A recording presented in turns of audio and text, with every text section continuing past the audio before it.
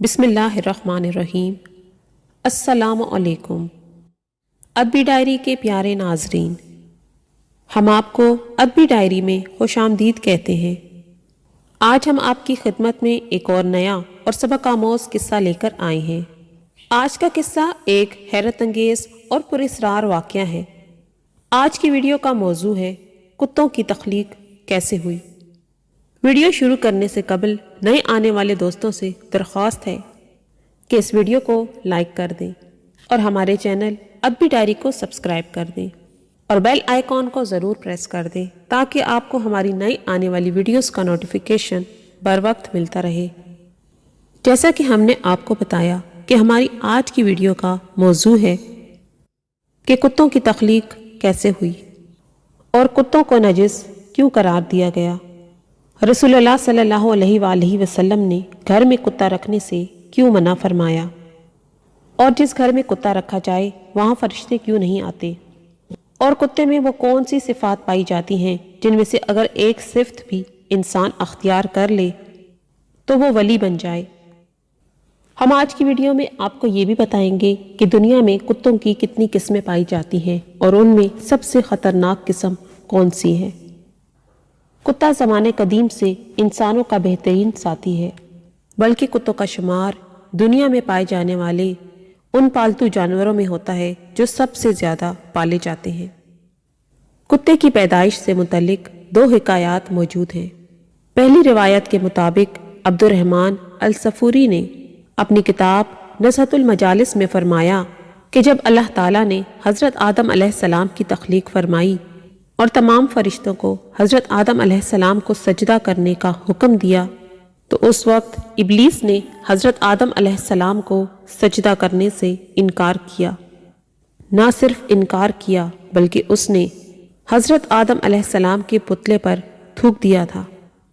شیطان کا تھوک حضرت آدم علیہ السلام کے پیٹ پر گھرا تھا اور اس کے بعد اللہ تعالیٰ نے حضرت جبرائیل علیہ السلام کو تھوک والی مٹی نکالنے کا حکم دے دیا تھا۔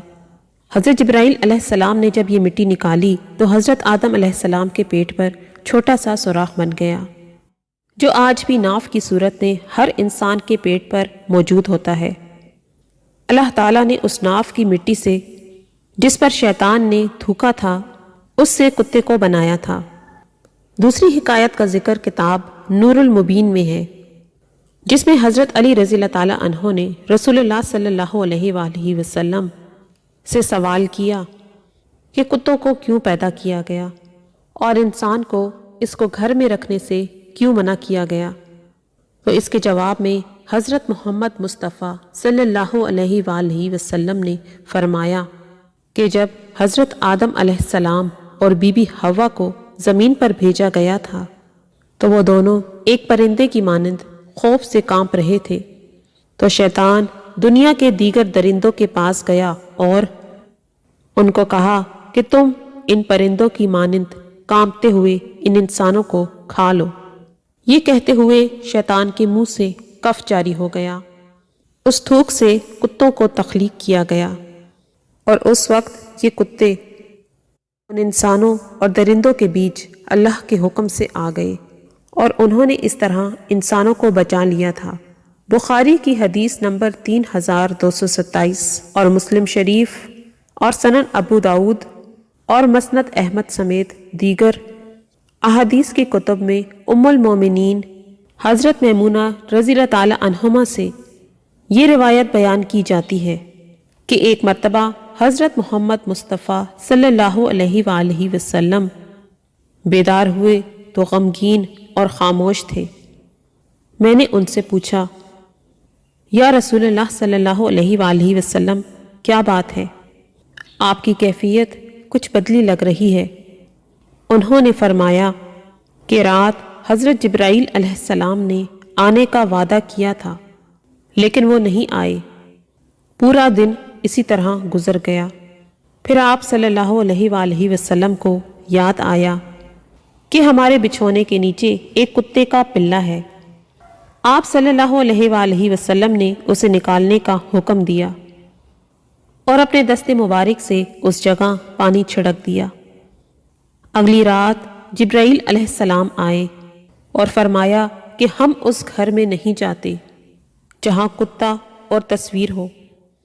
ایک اور حدیث شریف کا مفہوم یوں بیان کیا جاتا ہے کہ حضور اکرم صلی اللہ علیہ وآلہ وسلم نے فرمایا کہ جو شخص حفاظت اور شکار کی غرض کے علاوہ کتا پالتا ہے تو ہر روز اس کے اجر میں سے یعنی اس کی نیکیوں میں سے 2 قیرات کم کر دیا جاتا ہے۔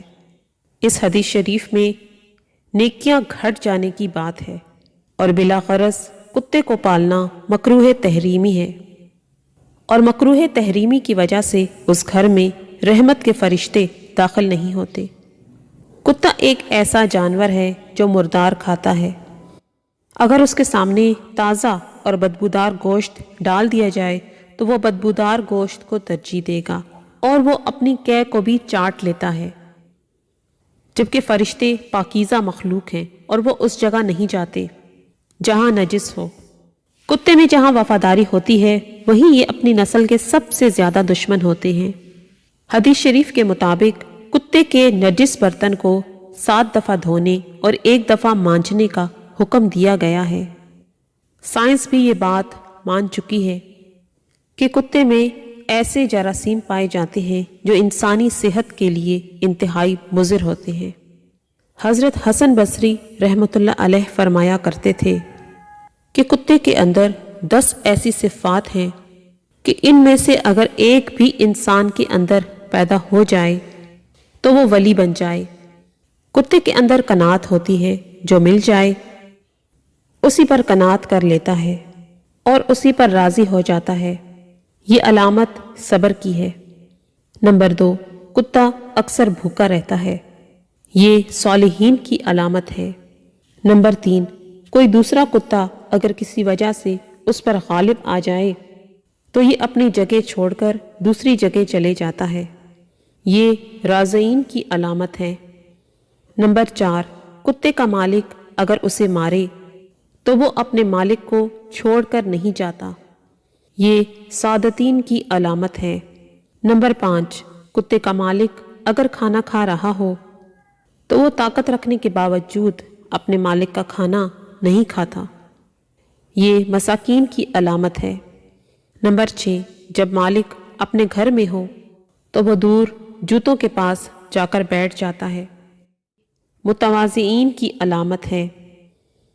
نمبر 7، دنیا میں رہنے کے لیے اس کا اپنا کوئی گھر نہیں ہوتا، یہ متوکلین کی علامت ہے۔ نمبر 8، رات کو کتے کم سوتے ہیں، یہ محبوبین کی علامت ہے۔ نمبر 9، اگر اس کا مالک اسے مارے تو کتا تھوڑی دیر کے لیے اپنے مالک سے دور چلا جاتا ہے، لیکن مالک کے دوبارہ روٹی ڈالنے پر وہ اپنے مالک کے پاس دوبارہ واپس لوٹ جاتا ہے اور وہ اپنے مالک سے ناراض نہیں رہتا، یہ خاشعین کی علامت ہے۔ نمبر 10، جب یہ مرتا ہے تو اس کے پاس کوئی میراث نہیں ہوتی، یہ زاہدین کی علامت ہے۔ یہ تمام علامتیں حضرت حسن بصری رحمۃ اللہ علیہ فرمایا کرتے تھے۔ خواتین و حضرات، امید ہے ہماری آج کی ویڈیو آپ کو ضرور پسند آئی ہوگی۔ ہماری اس ویڈیو کو اپنے دوستوں کے ساتھ ضرور شیئر کیجیے گا۔ آج کی ویڈیو میں ہم نے آپ کو کتوں کے بارے میں بتایا۔ امید ہے اس ویڈیو سے آپ کی معلومات میں اضافہ ہوا ہوگا۔ ویڈیو اچھی لگی ہو تو ویڈیو کو لائک ضرور کریں، اور اچھی بات کو شیئر کرنا صدقہ جاریہ ہے، اور اس سے آپ کی بھی اصلاح ہوگی اور دوسروں کی بھی۔ اور ویڈیو کے بارے میں اپنی قیمتی رائے کا اظہار کمنٹ سیکشن میں ضرور کیجیے، اس سے ہماری حوصلہ افزائی ہوتی ہے۔ امید ہے کہ اس قصے نے آپ کے ایمان کو تازہ کیا ہوگا۔ اللہ پاک آپ سب کو اپنے حفظ و امان میں رکھے اور آپ کی صحت، رزق اور وقت میں برکت عطا فرمائے۔ میں اپنے سبسکرائبر سے خاص طور پر یہ بات کہنا چاہوں گی کہ کبھی کبھار ایسا ہوتا ہے کہ ہماری ویڈیوز کے نوٹیفیکیشن آپ تک نہیں پہنچ پاتے۔ اگر آپ کے ساتھ ایسا ہو کہ ہماری ڈیلی اپلوڈ کی جانے والی ویڈیوز کے نوٹیفیکیشن آپ تک نہ پہنچیں تو آپ لوگ اس ویڈیو کو ہمارے چینل پر آ کر ضرور دیکھ لیا کیجیے۔ ہمیں امید ہے ہماری آج کی ویڈیو آپ کو ضرور پسند آئی ہوگی۔ پلیز لائک ضرور کیجیے، کمنٹس کیجیے اور ہماری ویڈیو کو جہاں تک ہو سکے شیئر کیا کریں۔